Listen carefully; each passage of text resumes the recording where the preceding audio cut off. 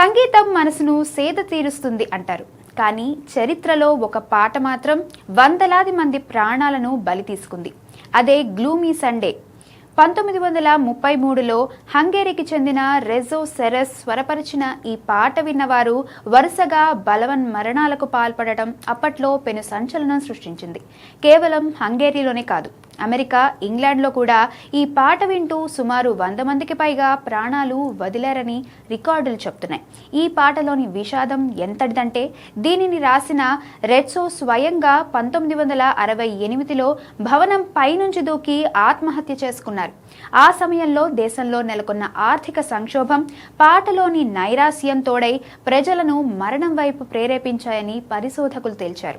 పరిస్థితి తీవ్రతను గమనించిన BBC వంటి సంస్థలు ఏకంగా 2003 వరకు ఈ పాటపై నిషేధం విధించాయంటే దీని బీభత్సాన్ని అర్థం చేసుకోవచ్చు.